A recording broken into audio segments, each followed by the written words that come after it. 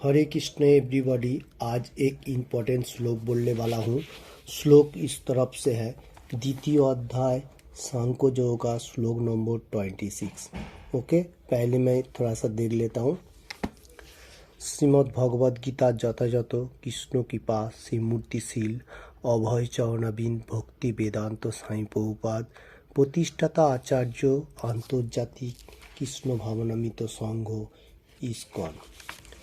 उसका बाद मैं मुखपद्म देख लेता हूँ एक बार।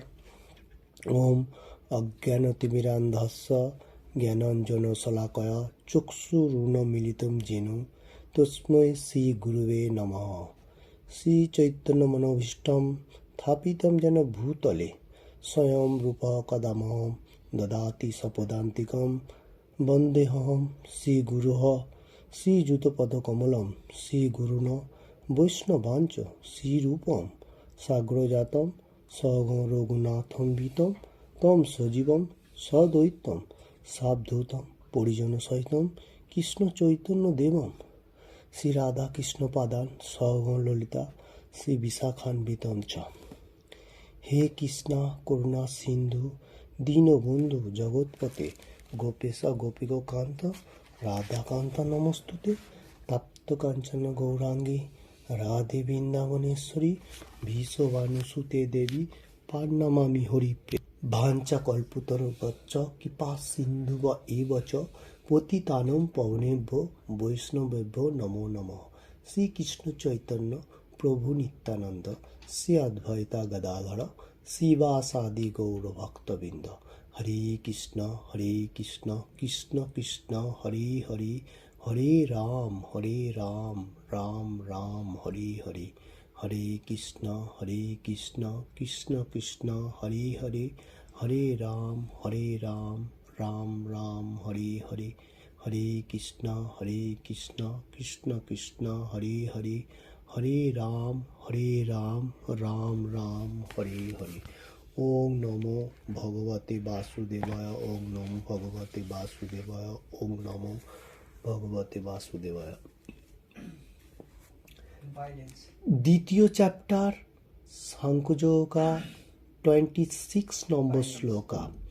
अथो चैनम नित्य जातम नित्य वा मन्यसेमितम तथापि तम महाबाहो नैनम सोचितु महसि। द्वितीय चैप्टर सांख्य योग का 26 नंबर श्लोका मैं बोलता हूँ फिर से। अथो चैनम नित्य जातम नित्य वा मन्यसेमितम तथापि तम महाबाहो नैनम सोचितु महसि। Shrimad Bhagavad Gita as it is से मैं बोल रहा हूँ। 2 चैप्टर 26 नंबर श्लोका सांख्य योग के लिए। अथो चैनम नित्य जातम नित्य वा मन्यसेमितम तथापि तम महाबाहो नैनम सोचुते महसि। मैं इसका बाद वार्ड बाय वार्ड बोलता हूँ बांग्ला में। अथो আর যদি চ ও এনম এই আত্মাকে নিত্য জাতম সর্বদা যত্নশীল নিত্যম নিত্য বা অথবা মন্যসে মনে করো মিতম মিত তথাপি তবু তম তুমি মহাবাহ হে মহাবীর ন না এনম এই আত্মার জন্য सोचितुम शोक करा अहोसी उचित। ओके, फिर से मैं श्लोक दोहराते हुए देखता हूँ। द्वितीय अध्याय सांख्य योग का 26 नंबर श्लोका। अथो चैनम नित्य जातम नित्य वा मन्यसेमितम तथापि तम महाभाव नैनम सोचितु महसि। इसका बांग्ला अनुवाद मैं पहले देखता हूँ। हे महाभाव আর যদি তুমি মনে করো যে আত্মার বারবার জন্ম হয় এবং মৃত্যু হয় তাহলেও তোমার শোক করা উচিত নয়। ओके, हिंदी में इसका मीनिंग्स मैं बताता हूँ। ये जो श्लोक है बहुत इंपॉर्टेंट श्लोक है। द्वितीय अध्याय सांख्य योग का 26 नंबर श्लोक है Shrimad Bhagavad Gita as it is से मैं बोल रहा हूँ।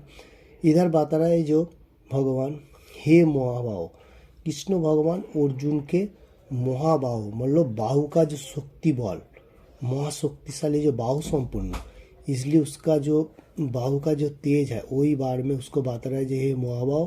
और যদিও বা ये सोचो जो आत्मा का बार बार जन्म एंड मृत्यु हो रहा है, जन्म हो रहा है, मृत्यु भी हो रहा है, इसलिए भी शोक करने का कोई जरूरी नहीं है। इस श्लोक में यही बात है, क्योंकि आत्मा का अगर कोई आदमी सोचेगा कि आत्मा का भी जन्म हो रहा है, मृत्यु हो रहा है, फिर भी अर्जुन को बोल रहा है फिर भी आपको शोक करने का कोई जरूरी नहीं है। ओके, तात्पर्य में मैं थोड़ा देखता हूँ प्रभुपाद जी क्या लिख रहा है एवं उसका बाद बारे में बताऊँ। पहले बांग्ला में देखता हूँ। প্রায় বুদ্ধদেবদের মতোই কিছু দার্শনিক আছে যারা আত্মার দেহাতীত স্বতন্ত্র অস্তিত্বের কথা মানতে চান না। ভগবান শ্রীকৃষ্ণ যখন ভগবদ্গীতা বলেন সেই যুগে এই ধরনের নাস্তিক ছিল, তাদের বলা হতো লৌকাতিক ও বৈভাষিক। এই সমস্ত দার্শনিকদের মতবাদ হচ্ছে জড় পদার্থের সমন্বয়ে কোনো এক বিশেষ পরিণত অবস্থায় প্রাণের উদ্ভব হয়। আধুনিক জড় বিজ্ঞানী ও জড়বাদী দার্শনিকরা এই মতবাদ পোষণ করে। তাদের মতে দেহটি হচ্ছে কতকগুলি জড় উপাদানের সমন্বয় মাত্র এবং কোনো এক পর্যায়ে ভৌতিক উপাদান ও রাসায়নিক উপাদানের পারস্পরিক প্রতিক্রিয়ার ফলে প্রাণের লক্ষণ বিকশিত হয়। অনথোলোপজি ও নৃবিজ্ঞান এই মতবাদের উপর প্রতিষ্ঠিত। বর্তমানে অনেক নকল ও শখের ধর্ম আমেরিকাতে এই মতবাদ ও বৌদ্ধ ধর্মের নির্বিশ্বরবাদের উপরে ভিত্তি করে গজিয়ে উঠেছে। हरे कृष्ण। इसका हिंदी मीनिंग्स मैं पहले बताता हूँ।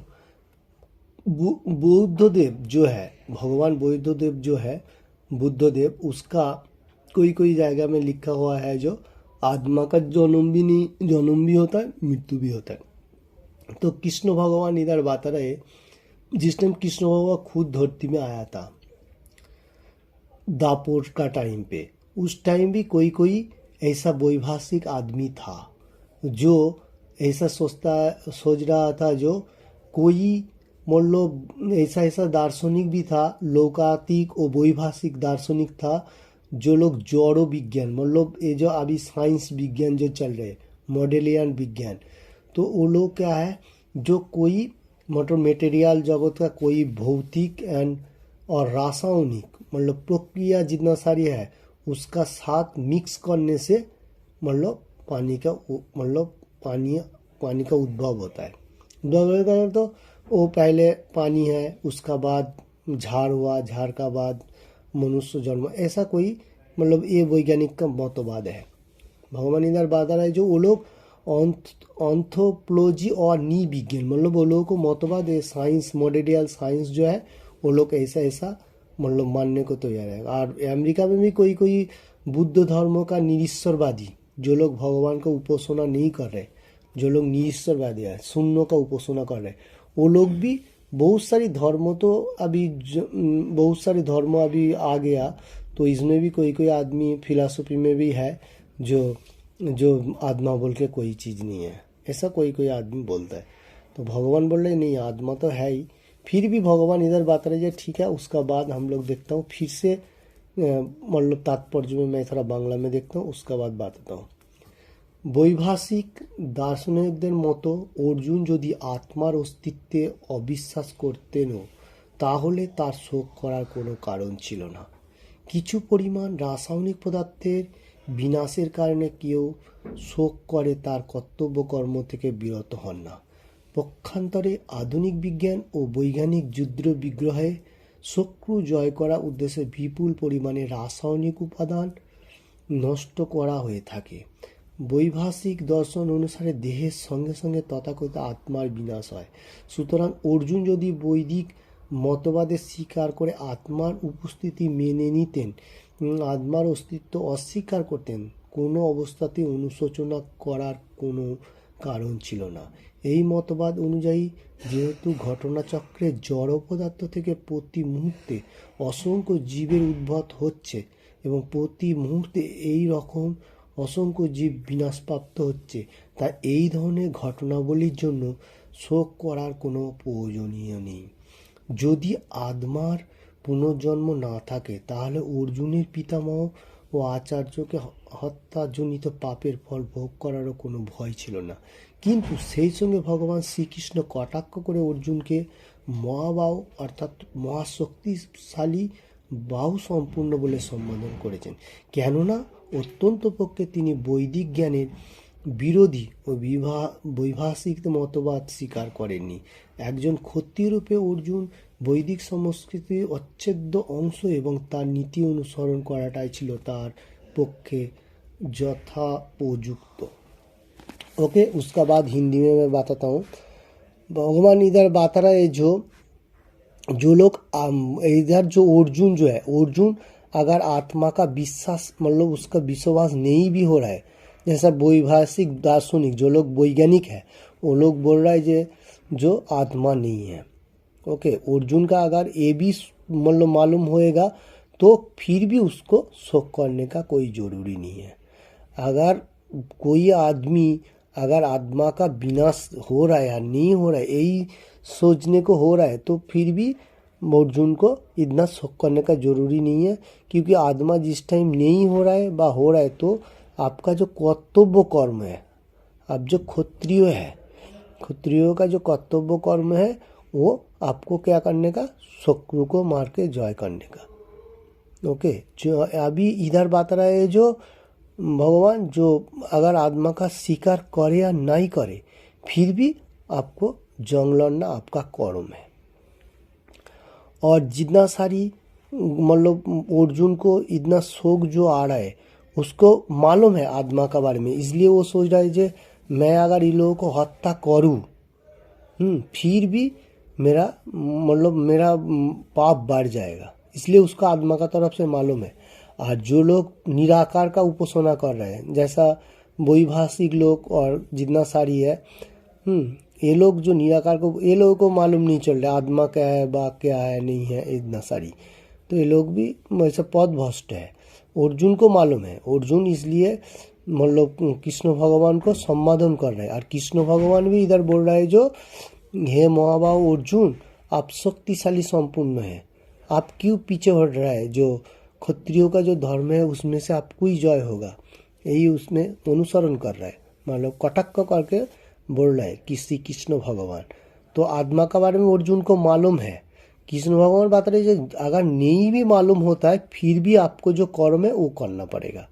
जो मैं बता रहा हूँ जो कर्तव्य कर्म है कौन सा है, पापियों के ध्वंस करना है और धर्म संस्था के लिए जंग लड़ना है। जैसा कृष्ण भगवान ने अभी बता रहे हैं ना, जे वो लोग पाप किया है वो लोगों को मतलब ध्वंस करने का मतलब मार के आप जोई हो जाओ, क्योंकि आप क्षत्रिय है और आपका जो पेशी बल है उसमें सब कुछ आएगा। ओके, ये श्लोक में भगवान ने इतना ही बता रहे हैं। ये था दापुर जो टाइम का।